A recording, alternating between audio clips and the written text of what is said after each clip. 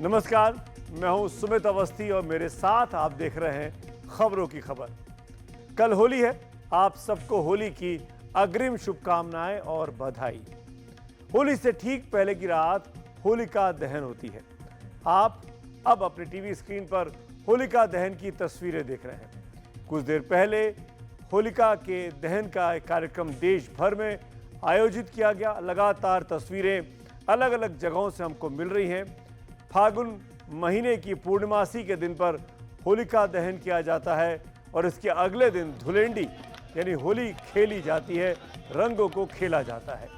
कल देश भर में तमाम जगहों पर रंग में सराबोर तमाम भारतीय हिंदुस्तानी भाई बहन रहने वाले हैं। होली प्रेम और उल्लास का त्यौहार है। आप भी इसी जज्बात के साथ इसे ज़रूर मनाइएगा, खूब रंग खेलिएगा, संभल कर खेलिएगा। जो लोग रंग से बचते हों उनको जबरन रंग मत लगाइएगा, लेकिन होली और मस्ती, होली और उत्सव, होली और पर्व मनाइएगा मिल बांट के, सबको साथ लेके।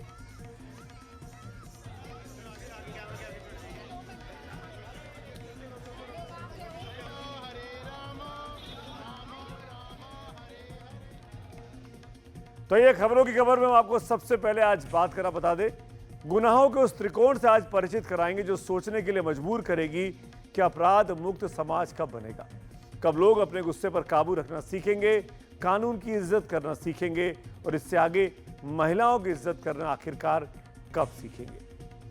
हम दूसरी अहम खबर के रूप में आपको इस सवाल का जवाब देने की कोशिश करेंगे कि क्या तमिलनाडु में माफ करिएगा, एम.के. स्टालिन के राज में हिंदी का रुपया नहीं चलेगा। आखिरकार क्यों स्टालिन हिंदी का और हिंदी के रुपए के साइन का इतना विरोध कर रहे हैं? क्या इसीलिए कि वहां पर अगले साल चुनाव होने वाले हैं? और तीसरी अहम खबर पाकिस्तान से है, जहां की सरकार 24 घंटों से भी ज्यादा समय से दावा कर रही है कि उसने हाईजैक हुई ट्रेन पर कब्जा कर लिया है, बलूच लिबरेशन आर्मी के लड़ाकों को मार गिराया है, लेकिन इसका कोई सबूत अब तक नहीं दिया। आज पाकिस्तान की पोल खोलेंगे। और चौथी अहम खबर प्रधानमंत्री नरेंद्र मोदी के अपने मित्रों और राजनीतिक विरोधियों पर ली गई चुटकी से जुड़ी है। आज होली के मौके पर हम आपको एक खास कार्यक्रम दिखाएंगे जिसे देखकर आप हंसते हंसते लोटपोट हो सकते हैं। लेकिन हंसी से पहले बढ़ती वारदात पर गंभीर होने की जरूरत है। जो समाज जितना सभ्य होता है वो समाज उतना ही अपराध मुक्त होता है। आज हम जिन 3 अपराधों को दिखाने जा रहे हैं, उसके बाद हमें अपने दामन में झांक कर देखना चाहिए कि एक समाज के रूप में हम कितने सभ्य हुए हैं या कितने ज़्यादा गिर गए हैं। इन 3 खबरों को देखिए, आपको समझ में आएगा कि आखिरकार त्यौहार के मौसम में कौन है जो रंग में भंग डाल रहा है।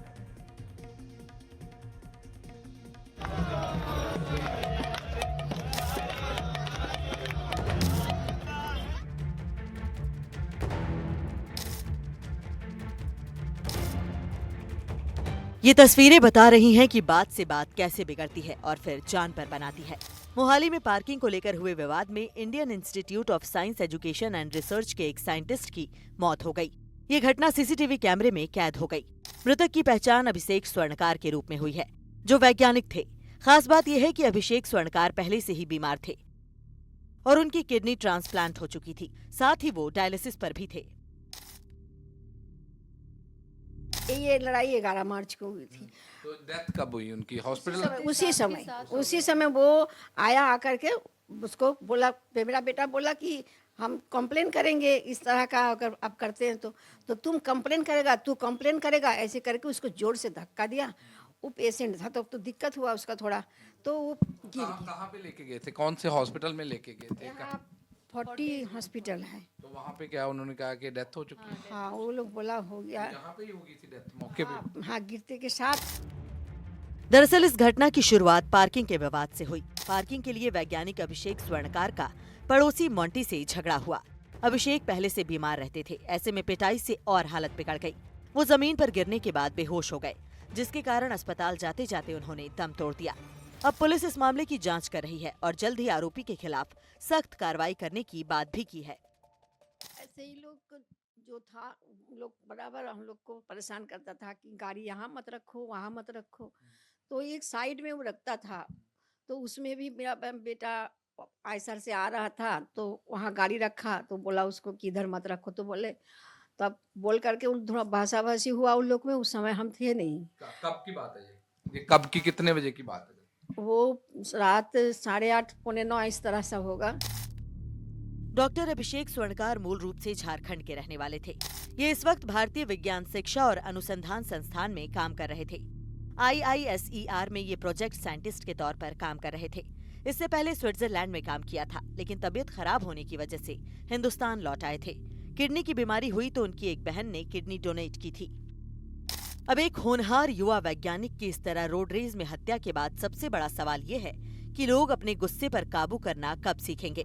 लेकिन बिहार के बारे में क्या कहेंगे, जहां सरेआम कानून के रखवालों पर हमला बोल दिया जाता है।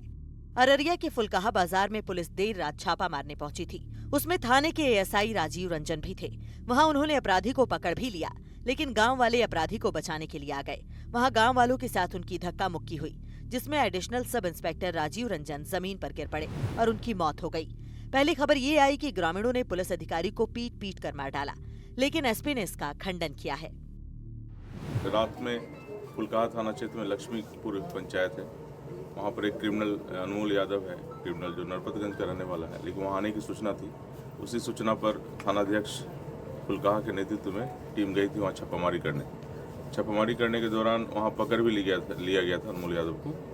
पकड़ने के बाद वहाँ ग्रामीण जो उसके सहयोगी थे वो जुट गए और उन्होंने उसको ज़बरदस्ती छुड़वा लिया। उसी छुड़वाने के क्रम में धक्का मुक्की में ये अचेत अवस्था होकर गिर गए हैं। ये हमारे ASI राजीव मल, और इनको तत्काल हॉस्पिटल ले जाया गया, जहां इनकी मृत्यु हो गई। तो ये सर पीट पीट कर हत्या जो चल रहा खबर वो गलत है क्या? नहीं, पीट पीट कर हत्या नहीं की गई। गुनाहों का तीसरा कोण दिल्ली से जुड़ता है। दिल्ली के महिपालपुर में एक होटल में ब्रिटिश युवती के साथ रेप का मामला सामने आया है। पुलिस के मुताबिक आरोपी कैलाश की ब्रिटिश युवती से इंस्टाग्राम पर दोस्ती हुई थी।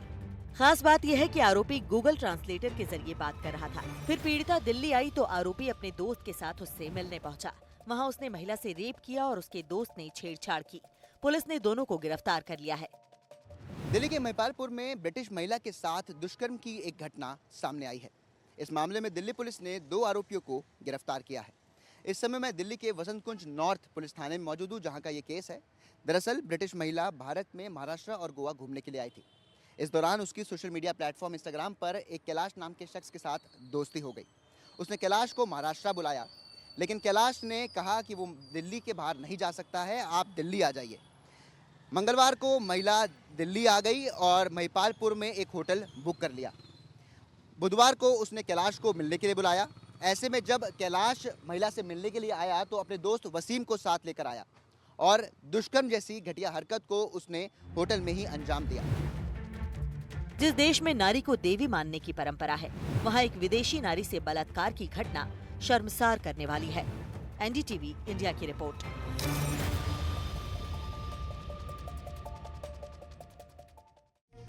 और अपराधों की दुनिया से निकलकर अब हम आपको भावनाएं भड़काने वाली राजनीति की तरफ ले चलते हैं। अगली खबर देखने के पहले इस बात को ध्यान में रखिएगा कि 2026 में यानी अगले साल मई के महीने में तमिलनाडु में विधानसभा के चुनाव होने हैं। तो खबर ऐसी है कि भाषा के नाम पर तमिलनाडु के मुख्यमंत्री MK स्टालिन की भड़काने वाली राजनीति और ज्यादा आग लगाऊ हो गई है। स्टालिन ने तो रुपए के राष्ट्रीय निशान को ही अब बदल दिया है और उसकी जगह तमिल में एक नया शब्द दे दिया है, तमिल भाषा का शब्द दे दिया है।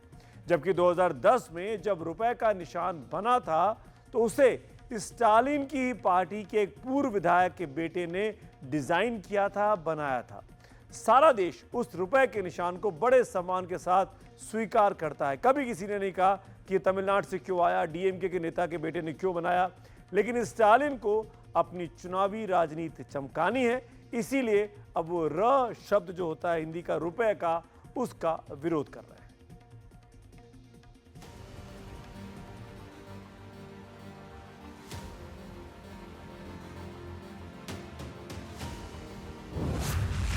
लड़ाई राजनीति की थी, लेकिन आक्रमण अर्थनीति के प्रतीक तक जा पहुंचा। केंद्र सरकार के साथ तमिलनाडु सरकार का भाषा विवाद अब रुपए के सिंबल वाले मोड़ पर आकर खड़ा हो गया है। तमिलनाडु सरकार ने राज्य के बजट से रुपए का सिंबल बदलकर तमिल भाषा में कर दिया है। प्रदेश सरकार ने 2025-26 के बजट में रुपए का सिंबल तमिल सिंबल से रिप्लेस कर दिया। ये तमिल लिपि का अक्षर रू है। ये शायद पहली बार है जब किसी राज्य ने राष्ट्रीय मुद्रा प्रतीक को हटा दिया है। तमिलनाडु सरकार ने बजट डॉक्यूमेंट में रुपए का सिंबल बदला तो बीजेपी ने उसे निशाने पर ले लिया। पार्टी के तमिलनाडु अध्यक्ष के अन्नामलाई ने सोशल मीडिया पर स्टालिन को स्टूपिड यानी मूर्ख लिखा और साथ में ये भी बता दिया कि रुपए के लिए लोगो डिजाइन करने वाले उदय कुमार धर्मलिंगम स्टालिन की ही पार्टी के विधायक रहे एन धर्मलिंगम के बेटे हैं। तमिलनाडु के मुख्यमंत्री स्टालिन लगातार केंद्र सरकार पर हिंदी थोपने का आरोप लगा रहे हैं। आजकल वो तमिल रट रहे हैं, लेकिन उनके तमिल प्रेम का सच भी जान लीजिए। शिक्षा मंत्रालय के मुताबिक 2018-19 में तमिल मीडियम स्कूलों में छात्रों की संख्या 54% थी, जो 2023-24 में घटकर 36% रह गई है। तमिलनाडु में आज करीब 67% छात्र इंग्लिश मीडियम स्कूलों में पढ़ रहे हैं। तमिलनाडु में शिक्षा व्यवस्था इतनी बदहाल है कि 60% छात्र बेसिक गुणा भाग में फेल हो जाते हैं। जहां डिजिटल शिक्षा पर केरल जैसे राज्य 12.5% बजट खर्च करते हैं, वहीं तमिलनाडु सिर्फ 5% ही खर्च करता है। डीएमके के विरोध के कारण तमिलनाडु में जवाहर नवोदय विद्यालय नहीं है, जिससे 14,440 ग्रामीण छात्र शिक्षा के लाभ से वंचित रह जाते हैं। लेकिन राजनीति का खेल ऐसा है कि स्टालिन तमिल चिल्लाने लगे हैं और इसी पर तमिलनाडु में सियासत गर्मा गई है। What the BJP is trying to do to the state of Tamil Nadu is known across the country, is known by everybody to understand the nefarious designs of the BJP government. That is the main intention behind this changing of Ru. This shows the heights of hypocrisy of DMK when it comes to their family, the DMK, the dynasty of M. Karunanidhi. When it comes to giving a centenary coin for Karunanidhi, a national currency symbol is okay, but when it comes to Tamil Nadu people and their budget, they oppose. See how the DMK is against the interests of the people while they protect their family interest. नहीं, Tamil language में लिखो, हमें उससे दिक्कत नहीं है। तमिल भी हमारी है और हिंदी भी हमारी है, अंग्रेजी भी हमारी है और बाकी भाषाएं भी जो संविधान में दी वर्णित हैं वो सब हमारी हैं। कोई तमिल अलग से नहीं है। लेकिन प्रश्न ये है कि जो हिंदी का एक सिंबल राष्ट्रीय स्तर पर तय हो गया, वैश्विक मान्यता उसको मिल गई, ऐसे में उसको उसके साथ घृणा करना संभवतः ठीक नहीं है। दुनिया में भारत की यही पहचान, यही खासियत है कि यहाँ विविधता में एकता है। अलग अलग राज्य, भाषा और संस्कृतियाँ मिलेंगी, लेकिन राष्ट्रीय संस्कार तो एक भारत का ही है। लेकिन स्टालिन को इस वक्त ये चीजें नहीं दिख रही हैं और ये भी नहीं दिख रहा कि त्रिभाषा नीति के समर्थक तो स्टालिन की पार्टी के संस्थापक और तमिलनाडु के पूर्व मुख्यमंत्री CN अन्नादुरई भी थे। अब नेता अपनी सुविधा और फायदे के लिए राजनीति भले ही करते हैं, लेकिन आम लोगों पर इसका असर नहीं पड़ता। उनके लिए हिंदी एक शानदार संपर्क भाषा भी है। इसको आप फिल्म पुष्पा से भी समझ सकते हैं। पुष्पा ने जहां हिंदी में 796 करोड़ रुपए से ज्यादा कमाई की, वहीं तेलुगु में 336 करोड़ जबकि तमिल में 58 करोड़ की कमाई की। बहुत बढ़िया किया है। वहाँ के लोकल लोगों के लिए उनको पढ़ने में भी आसानी रहेगी। हम योगी जी से भी कहना चाहेंगे कि वो भी हमारी भाषा में लोकल लैंग्वेज में करें और इससे हम लोगों के यहाँ पढ़ाई लिखाई लोगों कम किए हैं, शिक्षण कम है, तो उनको भी पढ़ने में आसानी होगी। तो हमारे लिए बहुत अच्छा निर्णय है, कोई दिक्कत नहीं है, कोई परेशानी नहीं है। वहाँ के लोकल लोगों के लिए बहुत अच्छा है। भाई साहब बहुत गलत है ये। देखिए, एक देश है तो उसके देश के हिसाब से कोई चीज़ चलती है कि आप स्टेट वाइज अपना संविधान, अपना झंडा ये सब थोड़ी बना सकते हैं। यही हुआ है जम्मू कश्मीर में, तो इतने दिन बाद काम हुआ। यही तमिलनाडु में भी करवाना चाह रहे हैं, तो ये तो बहुत गलत है। मैं इसके सख्त खिलाफ हूँ, ये बहुत गलत। इसकी भर्त्सना करता हूँ, ऐसा नहीं करना चाहिए, क्योंकि एक देश है, देश जो है कॉन्स्टिट्यूशन के अनुसार से चलता है। हर इस तरह से तो बिहार के लोग कहेंगे मैं अपना करेंसी बनाऊंगा, उत्तर प्रदेश के लोग कहेंगे अपना करेंसी बनाऊंगा। नहीं, हम लोग हिंदुस्तानी हैं, इंडिया के रहने वाले, इंडिया में एक कानून चलता है। अब सब लोग अपना अपना कानून बना लेंगे तो ये तो गलत है ना। ये पॉलिटिक्स इतना मतलब घटिया पॉलिटिक्स करेगा, इसके मतलब सोच से परे है कि तो बस इतना ही कहना चाहूँगा कि हम अभी जातिवाद से तो बिछड़े हैं नहीं, जातिवाद हमारे बीच में खत्म हुआ नहीं। अभी एक नई और एक पहल करने जा रहे हैं लोग, इससे समाज को तोड़ने की एक इंचा। और ये हमारे यहाँ देश में कहते हैं हर राज्य जाओ, कहीं भी जाओ, कैसे भी जाओ, सब एक भाषा चलती है वो, लेकिन उस जगह पर ऐसा नहीं हो रहा है। भाषा तो जोड़ने की कड़ियां होती हैं, लेकिन राजनीति कई बार इतनी निर्मम होती है कि उन कड़ियों को भी तोड़ने में जुट जाती है। Bureau report, NDTV India.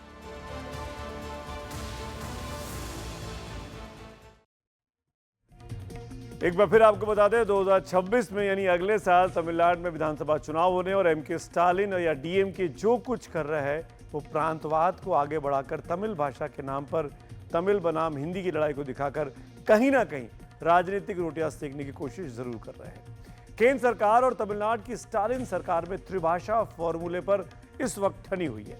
तो ये जान लेना जरूरी है कि केंद्र सरकार का वो त्रिभाषा फॉर्मूला क्या है जिसके खिलाफ तमिलनाडु सरकार हल्ला बोल रही है। केंद्र सरकार की 2020 की नई आर्थिक नीति के तहत, नई एजुकेशन नीति के तहत यह तय हुआ कि सभी स्कूलों में 3 भाषाएं सिखाई जाएंगी। इसमें 2 भारतीय भाषाएं होंगी और 1 अन्य भाषा होगी। पहली भाषा तो छात्रों की मातृभाषा होगी या वहां की क्षेत्रीय या राज्य की जो भाषा होती है वो होगी। दूसरी भाषा हिंदी या राज्य की दूसरी भाषा होगी। इसमें अगर कोई हिंदी भाषी राज्य है तो उसमें हिंदी दूसरी भाषा होगी, जबकि तीसरी भाषा अंग्रेजी है या फिर कोई भी दूसरी विदेशी या तीसरी कोई भी देसी भाषा हो सकती है। ये त्रिभाषीय फॉर्मूला था और कितना अच्छा होता कि अगर भारतीय भाषाओं को बढ़ावा हम देते आज़ादी के वक्त से ही, 1947 के बाद से ही।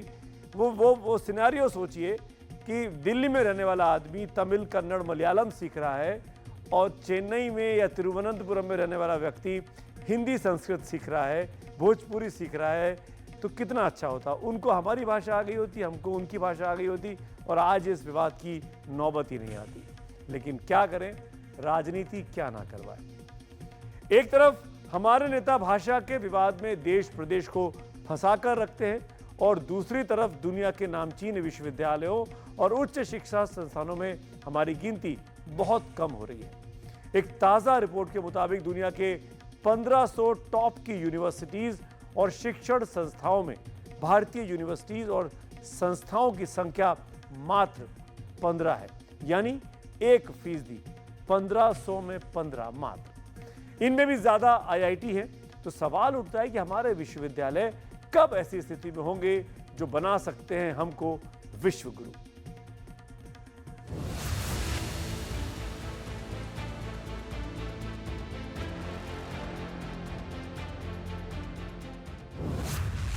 ये ज्ञान के गंगा सागर हैं, जहां सारे ज्ञान का मिलन होता है। नालंदा और तक्षशिला जैसे प्राचीन विश्वविद्यालयों की परंपरा आज सैकड़ों विश्वविद्यालयों के रूप में दिखती है। आज के हिंदुस्तानी विश्वविद्यालयों में जहां उच्च तकनीकी से युक्त शिक्षा मिलती है, वहीं रिसर्च के क्षेत्र में भी नए नए दरवाजे खुले हैं।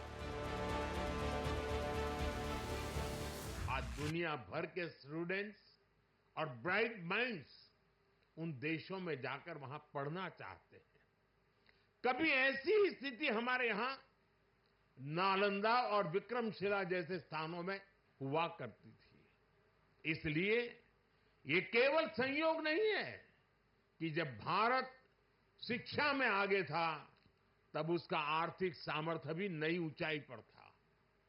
ये किसी भी राष्ट्र के विकास के लिए एक बेसिक रोड मैप है। इसलिए 2047 तक विकसित होने के लक्ष्य पर काम कर रहा भारत इसके लिए अपने एजुकेशन सेक्टर को उसका कायाकल्प कर रहा है। मेरा मिशन है कि भारत दुनिया के लिए शिक्षा और ज्ञान का केंद्र बने। मेरा मिशन है भारत की पहचान फिर से दुनिया के सबसे प्रोमिनेंट नॉलेज सेंटर के रूप में उभरे। लेकिन दुनिया के दूसरे देशों से तुलना करने पर पता चलता है कि अभी और भी बहुत सुधार और परिश्रम की जरूरत है। आलम यह है कि कुछ IIT को छोड़कर हम पहले 200 रैंकिंग में भी कहीं नहीं टिकते हैं। QS रैंकिंग में 1500 उच्च शिक्षा संस्थानों को शामिल किया गया है। इनमें 197 संस्थान अमेरिका के हैं, 90 ब्रिटेन के और 71 चीन के। भारत के बस 15 संस्थान हैं। लेकिन इन 15 संस्थानों में भी टॉप 100 संस्थानों में कोई नहीं है। स्थिति ये है कि पहले 100 संस्थानों में एक भी भारतीय संस्थान नहीं है। पहले 200 संस्थानों में बस 2 भारतीय संस्थान हैं। 118वें नंबर पर IIT बॉम्बे है और 150वें नंबर पर IIT दिल्ली है। बेंगलुरु का इंडियन इंस्टीट्यूट ऑफ साइंसेज 211वें नंबर पर है। IIT खड़गपुर 222वें नंबर पर है। IIT मद्रास 227वें नंबर पर है। लेकिन जानकारों का मानना है कि अभी रैंकिंग चाहे जैसी हो, लेकिन भारत में तकनीकी पढ़ाई का स्तर काफी बेहतर होता जा रहा है। आपको पहले ही पता है कि जो हमारे और इंजीनियरिंग इंस्टीट्यूट्स हैं वो आगे हैं, वो उनका 50-60 ईयर का स्टैंडिंग है। पर हाल में हमारे और भी नए इंस्टीट्यूट्स, खासकर जो प्राइवेट सेक्टर के इंस्टीट्यूट्स हैं, वो भी आगे आ रहे हैं। जैसे इस बार आप अभी सब्जेक्ट रैंकिंग में देखें तो बिट्स पिलानी आगे आ रहा है। बिट्स पिलानी एक स्टैंडर्ड इंस्टीट्यूट है, उसने बहुत बड़ी जंप लगाई है। और कई ऐसे इस बार ISM धनबाद को आप मिनरल और माइनिंग में देख रहे हैं, क्योंकि ये सब्जेक्ट वाइज रैंकिंग है। एक तो ये कि ग्लोबल रैंकिंग्स हैं, ग्लोबल रैंकिंग्स में हम 100-200 में धीमे धीमे नीचे से आ रहे हैं। एक बार नजर डाल लीजिए उन 15 संस्थानों पर जिन्हें दुनिया के टॉप 1500 संस्थानों में जगह मिली है। IIT Bombay, IIT Delhi, IISc Bengaluru, IIT Kharagpur, IIT Madras, IIT Kanpur, Delhi विश्वविद्यालय, IIT रुड़की, IIT गुवाहाटी, अन्ना विश्वविद्यालय, IIT Indore, IIT Varanasi, JNU, Shoolini university of biotechnology and management sciences और सावित्रीबाई फुले यूनिवर्सिटी पुणे शामिल है। तो ये लिस्ट बताती है कि दुनिया के बड़े संस्थानों में ज्यादातर हमारे IIT हैं। जो कॉलोनियल माइंडसेट था, उससे जब हम बाहर निकल रहे हैं ऐसी औपनिवेशिक मानसिकता से, तो हमारी रैंकिंग लगातार बढ़ रही है। और दूसरा महत्वपूर्ण अंकित जी विषय इस पर था कि हमारा अभी तक का जो बजट का प्रावधान था वो उच्च शिक्षा पर काफी कम होता था, लेकिन उधर सरकार लगातार प्रयास कर रही है। इस साल के बजट में आप देखें तो हमारे लिए उच्च शिक्षा में काफी बजट की बढ़ोतरी की गई है। इसमें कोई शक नहीं कि पहले से हमारी स्थिति सुधरी है। वहीं अलग अलग विषयों के टॉप 50 विश्वविद्यालय की सूची में हमारे 12 संस्थान हैं। इसलिए इस सवाल का जवाब खंगालना जरूरी है कि यूनिवर्सिटी और शिक्षा संस्थानों की सूची में हम क्यों पीछे छूट जाते हैं। NDTV इंडिया की रिपोर्ट।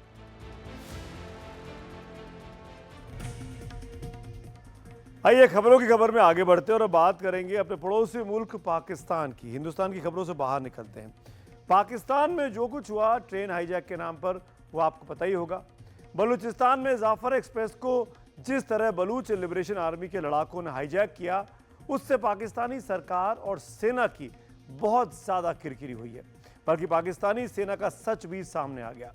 इसीलिए 24 घंटे बाद पाकिस्तानी सरकार ने यह कहना शुरू किया कि उसने BLA के लड़ाकों को मार गिराया है, ट्रेन को अपने कब्जे में ले लिया है। लेकिन एक भी तस्वीर वो इस बात को तस्दीक करते हुए नहीं दिखा सका है। उधर बलूच लड़ाकों का कहना है कि हाईजैक ट्रेन को छुड़ाने का पाकिस्तानी सेना का दावा सरासर झूठा है।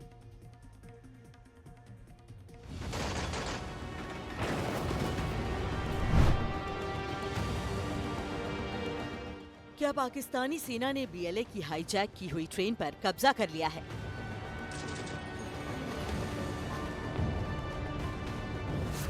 क्या पाकिस्तानी सेना का ऑपरेशन मशकाफ कामयाब रहा? क्या BLA का दावा सही है कि अब भी 150 लोग उसके कब्जे में हैं? आज एक एक कर इन तीनों सवालों से पर्दा उठेगा और आपको पता चलेगा कि पाकिस्तान की सेना और सरकार कितना सच और कितना झूठ बोल रही हैं।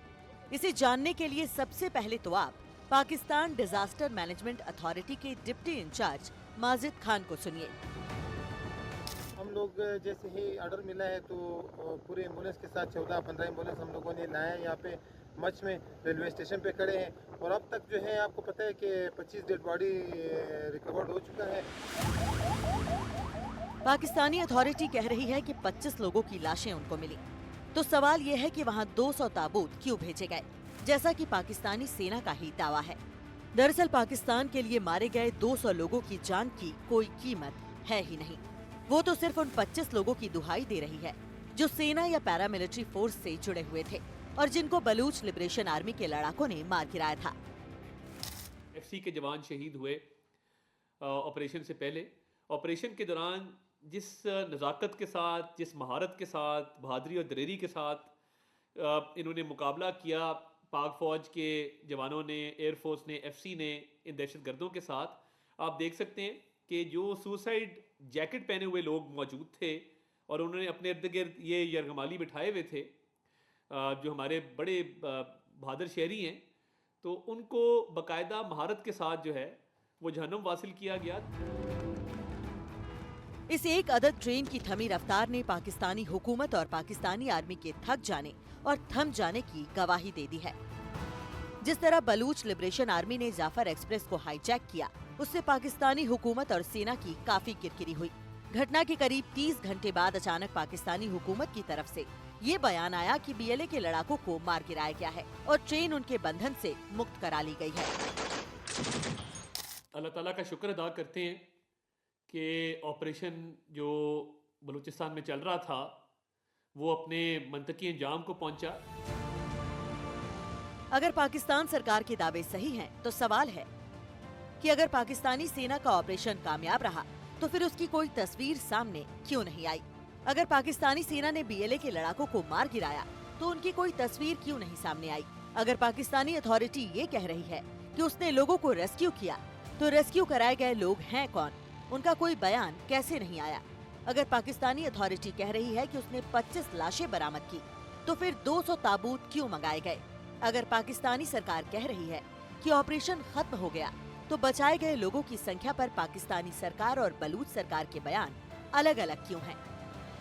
दरअसल पाकिस्तानी अथॉरिटी कह रही है कि उसने 300 से ज्यादा लोगों को बचाया, लेकिन बलूचिस्तान के मुख्यमंत्री सरफराज बुख्ती, जो आईएसआई के बेहद करीबी माने जाते हैं, उनका कहना है कि 58 बंधकों को बचाया गया। मुबारकबाद देना चाहता हूँ अपनी सिक्योरिटी फोर्सेस को, एसएसजी के उन बहादुर जवानों को जिन्होंने आज के दिन, अभी 1 घंटा पहले हम यहाँ तकरीरें जब कर रहे थे, वो अपने सीनों पे गोलियां खा के 68 हमारे जो हॉस्टेजेस थे उनको रेस्क्यू किया उन्होंने।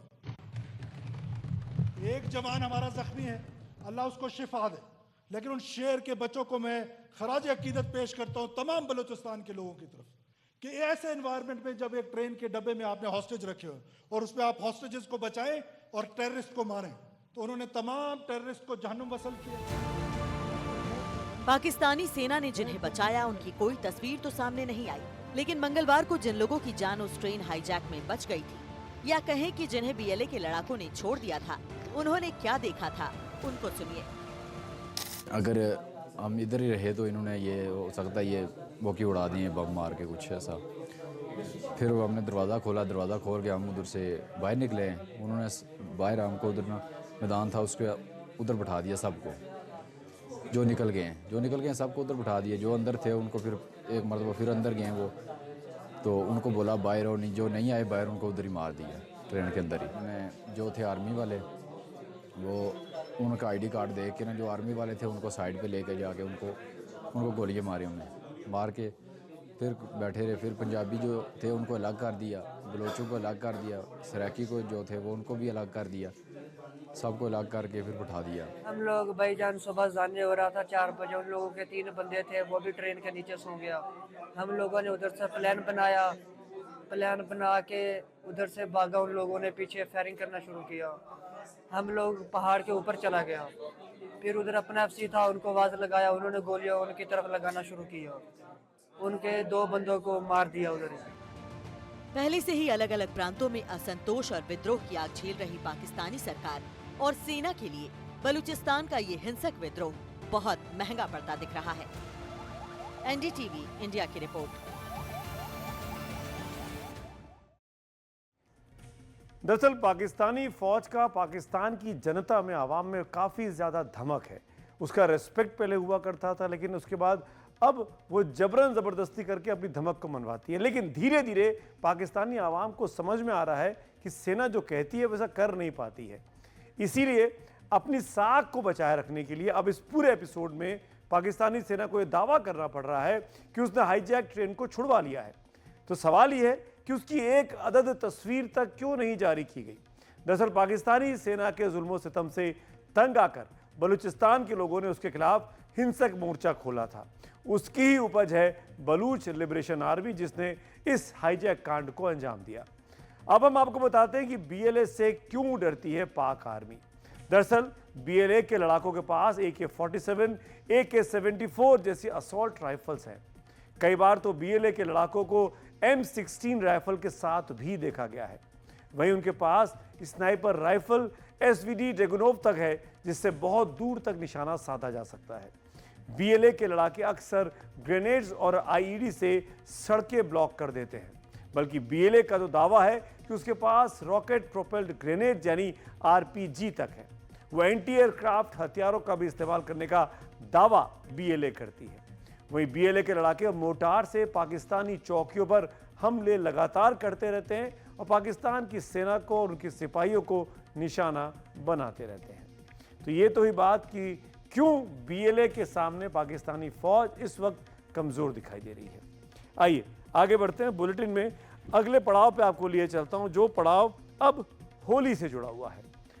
होली के कई रंग हैं, लेकिन एक रंग हास्य का भी है, जो होता है हर किसी के पास, लेकिन इसका इस्तेमाल करना सभी नहीं जानते हैं।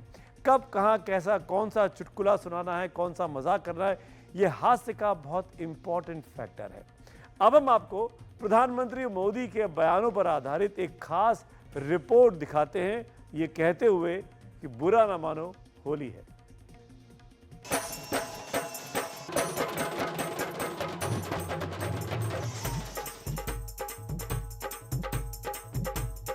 चौदह तारीख को हर तरफ रंग ही रंग होगा।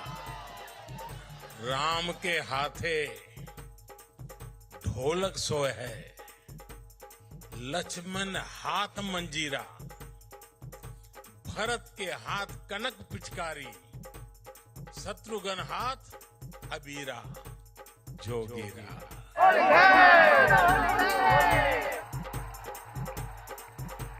माइक दे दीजिए तो वो काम आएगा। मैं आपको बहुत बधाई देता हूं, लेकिन फिर भी मैं चाहूंगा थोड़ा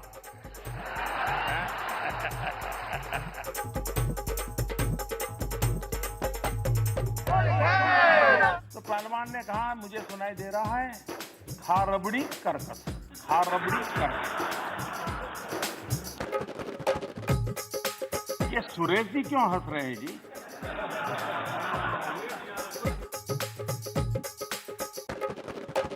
जब भी अच्छी बात होती है, काला टीका नजर न लग जाए, इसलिए बहुत जरूरी होता है। और उस पवित्र काम को, और आज जिस उम्र के हैं, उस व्यक्ति जब ये काम करता है तो जरा अच्छा रहता है।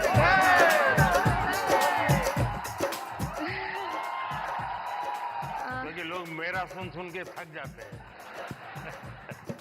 बिल्कुल सर। अच्छा, थक जाते हैं ना? नहीं नहीं नहीं नहीं नहीं नहीं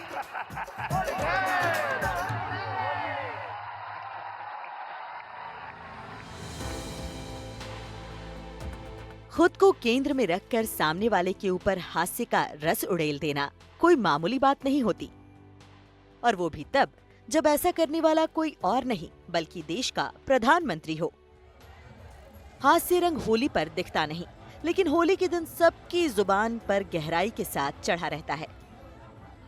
आज हम आपको प्रधानमंत्री मोदी की ऐसी बातें और बयान सुनाएंगे जो हंसी ठिठोली गुदगुदी करते हैं और सामने वाले को बुरा मानने का अवसर भी नहीं देते। लेकिन शुरुआत करते हैं सन 99 की एक तस्वीर से। अटल बिहारी वाजपेयी देश के प्रधानमंत्री थे। प्रधानमंत्री मोदी तब बीजेपी में संगठन महासचिव थे।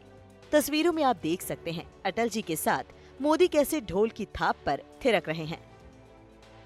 प्रधानमंत्री मोदी ने साल 2017 में एक कार्यक्रम के दौरान कहा था कि मुस्कान या हंसी की ताकत गाली या किसी दूसरे हथियार की ताकत से कहीं ज्यादा है। हास्य विनोद लोगों को तोड़ने की बजाय जोड़ता है और आज हमें इसी की जरूरत है। यही हास्य बोध प्रधानमंत्री मोदी के भाषणों में झलकता है, फिर चाहे वो आम जनता से जुड़ा कोई मंच हो या फिर संसद। मुझे एक पुरानी छोटी सी कथा याद आती है। एक बार कुछ लोग रेल में सफर कर रहे थे और जब रेल में सफर कर रहे थे तो रेल जैसे गति पकड़ती थी, पटरी में से आवाज आती है, हम सब जानते हैं, सबका अनुभव है। तो वहां बैठे हुए एक संत महात्मा थे।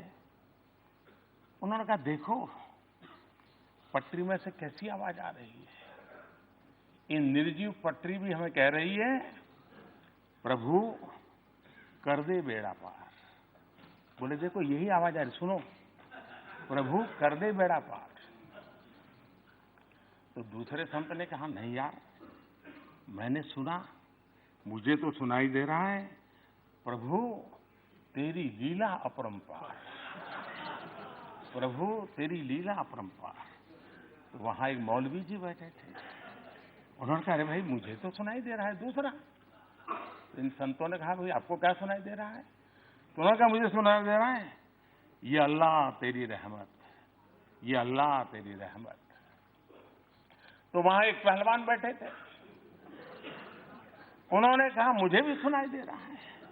तो पहलवान ने कहा, मुझे सुनाई दे रहा है, खा रबड़ी कर कसरत, खा रबड़ी कर कसरत।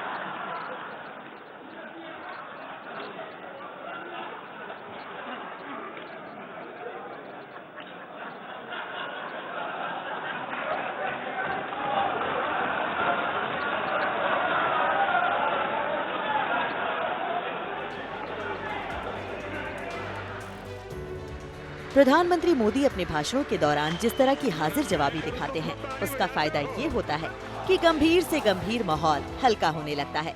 मिसाल के तौर पर 5 साल पुरानी ये तस्वीर देखिए। पीएम की बात सुनकर राहुल गांधी के बगल में बैठे केरल के कांग्रेस सांसद के सुरेश अपनी हंसी नहीं रोक पा रहे थे। इस पर प्रधानमंत्री ने ऐसी चुटकी ली कि पक्ष और प्रतिपक्ष सारा सदन ठहाके लगाने लगा। ये सुरेश जी क्यों हंस रहे हैं जी? हाँ? कोई राज है भाई? सुरेश जी, कभी आपका भी मौका आएगा, इतना जल्दी मत। बड़ी कुशलता से प्रधानमंत्री मोदी हंसी हंसी में अपनी बात रख देते हैं, यानी सांप भी मर जाता है और लाठी भी नहीं टूटती। हाँ, एक काम नहीं करेंगे, एक काम न करेंगे, एक काम न करेंगे, न होने देंगे, वो है आपकी बेरोजगारी नहीं हटने देंगे। प्रधानमंत्री मोदी मानते हैं कि इंसान के जीवन में व्यंग और हास्य विनोद की बहुत जरूरत है। तमिल पत्रिका तुगलक के 47 साल पूरे होने पर आयोजित कार्यक्रम में पीएम ने कहा था कि हास्य हमारे जीवन में खुशी लाता है, ये बेहतरीन मरहम है। कांग्रेस के एक नेता का कल घोषणा पत्र सुना। उन्होंने घोषणा की है कि 6 महीने में मोदी को डंडे मारेंगे।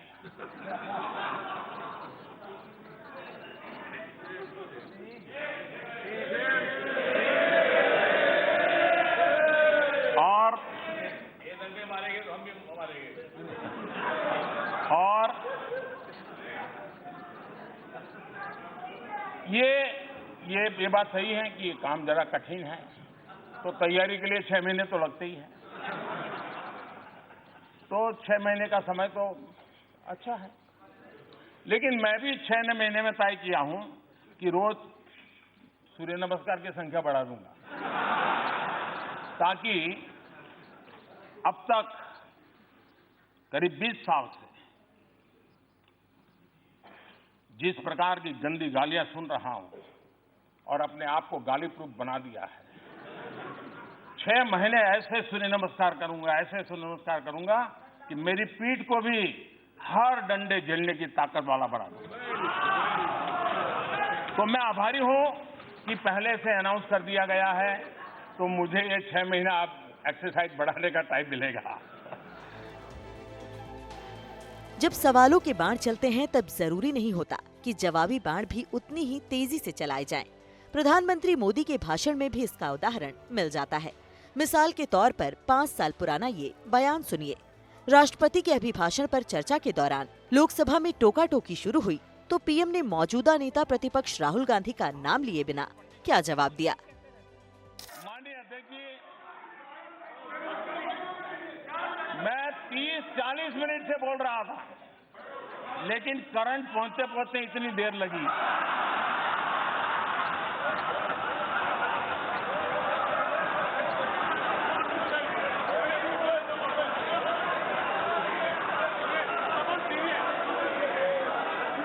बहुत सी ट्यूबलाइट का ऐसा ही होता है।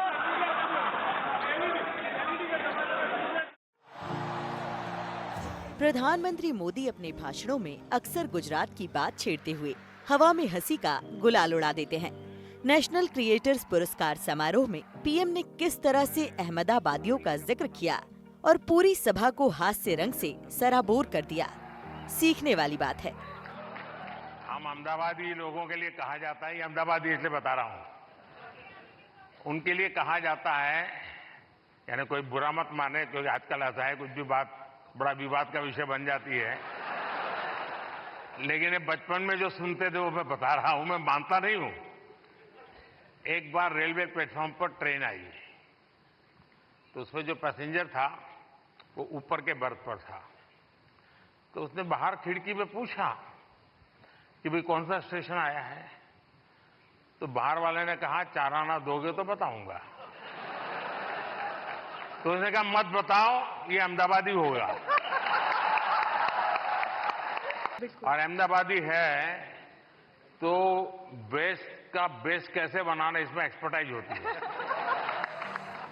जब आपके सामने मंच पर देश का प्रधानमंत्री हो तो बातचीत शुरू करना और फिर बात को आगे बढ़ाना बहुत आसान नहीं होता, लेकिन प्रधानमंत्री मोदी ये काम भी आसान कर देते हैं। हंसी की फुहार छोड़ते हुए सामने वाले को सहज कर देते हैं। माइक दे दीजिए तो वो काम आएगा।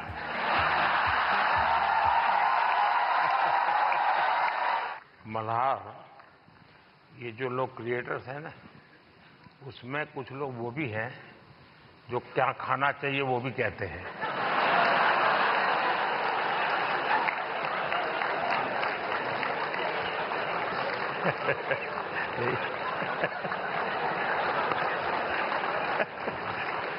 मैं आपको बहुत बधाई देता हूं, लेकिन फिर भी मैं चाहूंगा थोड़ा। प्रधानमंत्री मोदी ने साल 2014 में अपनी संसदीय पारी शुरू की। उसी साल अगस्त के महीने में सांसदों के सम्मान के लिए आयोजित एक कार्यक्रम में उन्होंने कहा कि संसदीय परंपरा में हास्य विनोद की कमी हो रही है। पीएम ने शरद पवार पर सुषमा स्वराज की टिप्पणी का जिक्र करते हुए याद दिलाया कि पवार ने उस टिप्पणी का भरपूर आनंद लिया था। आगे बढ़ने से पहले आपको सुषमा स्वराज का वो बयान सुना देते हैं जिसका जिक्र प्रधानमंत्री मोदी ने किया था। ये शरद पवार की भूमिका नहीं निभा रहे, ये ललिता पवार की भूमिका निभा रहे। मैं भाई शरद यादव से कहना चाहूंगा, Lalita Pawar, what is unlistenable? If it is her experience about him, why to be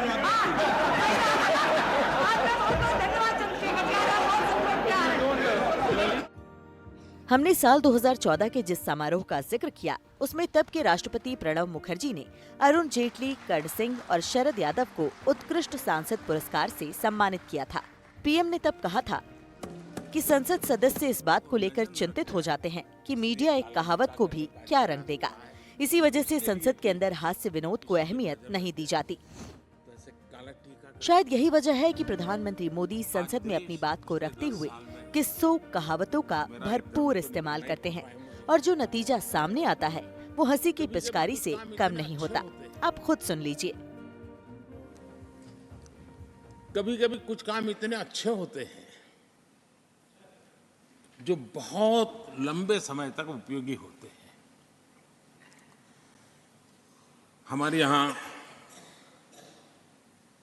कोई बच्चा कुछ अच्छी चीज कर लेता है, कोई बच्चा अच्छे कपड़े वपड़े पहन करके अवसर के लिए तैयार होता है तो परिवार में एक आध स्वजन आ जाता है, अरे किसी की नजर लग जाएगी, इसको काला टीका कर दो, तो ऐसे काला टीका कर देते हैं। आज देश पिछले 10 साल में समृद्धि के नए नए शिखर सर कर रहा है। एक भव्य दिव्य वातावरण बना है, उसको नजर न लग जाए, इसलिए काला टीका करने का आज प्रयास हुआ है। मैं उसके लिए भी खड़गे जी का बहुत धन्यवाद करता हूं, ताकि इस हमारी प्रगति की यात्रा को कोई नजर न लग जाए। ये नजर न लग जाए इसलिए आपने आज जो काला टीका किया है, मैं तो सोच रहा था सब काले कपड़ों में आएंगे, लेकिन शायद काला जोदू खिंचते खिंचते खिंचते ब्लैक पेपर तक चला गया है। लेकिन फिर भी मैं उसका भी स्वागत करता हूं, क्योंकि जब भी अच्छी बात होती है काला टीका नजर न लग जाए, इसलिए बहुत जरूरी होता है। और उस पवित्र काम को, और आज जिस उम्र के हैं उस व्यक्ति जब ये काम करता है तो जरा अच्छा रहता है। वो मगरूर है, खुद की समझ पर बेइंतहा। फरवरी 2022 में प्रधानमंत्री मोदी राष्ट्रपति के अभिभाषण पर चर्चा में शामिल थे। पूरे विपक्ष को एक एक करके जवाब देना था। माहौल भी ऐसा रखना था कि संतुलन बना रहे। इस दौरान प्रधानमंत्री मोदी ने तृणमूल के सौगात राय को जिस तरह से उनका बचपन याद दिलाया, वीडियो वायरल हो गया। दादा को बीच बीच में मौका देना चाहिए, क्योंकि दादा उम्र के इस पड़ाव में भी बचपना का मजा लेते रहते हैं। इस बार अधीर बाबू को क्या हाल हो गया। प्रधानमंत्री ने कांग्रेस के अधीर रंजन चौधरी पर जो हास्य अटैक किया, वो भी हमेशा के लिए यादगार हो गया। लेकिन गुड़ का गोबर कैसे करना, उसमें ये माहिर है। अधीर रंजन चौधरी तब लोकसभा में कांग्रेस के नेता थे। मुखर होकर सत्ता पक्ष को चुनौती देते थे। पीएम ने व्यंग के जो बाण चलाए, आप भी देखिए और समझिए। इस बार अधीर बाबू को क्या हाल हो गया। उनकी पार्टी ने उन्हें बोलने का मौका नहीं दिया। ये तो कल अमित भाई ने बहुत जिम्मेवारी के साथ कहा कि भाई अच्छा नहीं लग रहा है, और आपकी उदारता थी कि उनका समय समाप्त हो गया था, तो भी आपने उनको आज मौका दिया। लेकिन गुड़ का गोबर कैसे करना, उसमें ये माहिर है।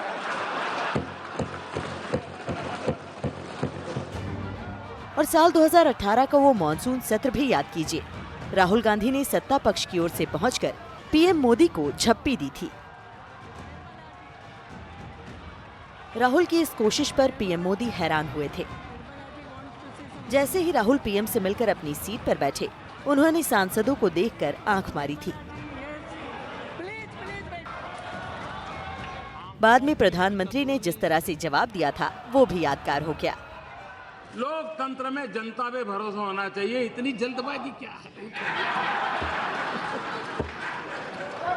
आंखों की बात करने वालों की आंखों की हरकतों ने आज टीवी पे पूरा देश देख रहा है कैसे आंख खोली जा रही है, कैसे बंद की जा रही है। ये आंखों का खेल। प्रधानमंत्री मोदी के भाषणों और संवाद में हास्य रस और हाजिर जवाबी का जो मेल है, उसका एक और उदाहरण तब देखने को मिला जब वो हाल ही में राज कपूर की फैमिली से मिले। मैं भी आपका परिवार का हूँ भाई, आपको जो मर्जी पड़े वो बोलिए। बहुत अच्छा डट गया। आदरणीय प्रधानमंत्री श्री नरेंद्र मोदी जी। कट। तो बुरा ना मानो, होली है, खूब जमकर होली खेलिएगा, एक दूसरे पर गुलाल लगाइएगा, फूलों की होली खेलिएगा, ऑर्गेनिक होली खेलिएगा, पर खेलिएगा ज़रूर। और जो लोग रंग से डरते हैं या नहीं लगवाना चाहते हैं किसी भी वजह से, उनको जबरन रंग मत लगाइएगा, उनको टीका लगा दीजिएगा, पर होली खेलिएगा ज़रूर। बहुत बहुत शुभकामनाएं। आज इतना ही मेरे साथ। शुभ रात्रि।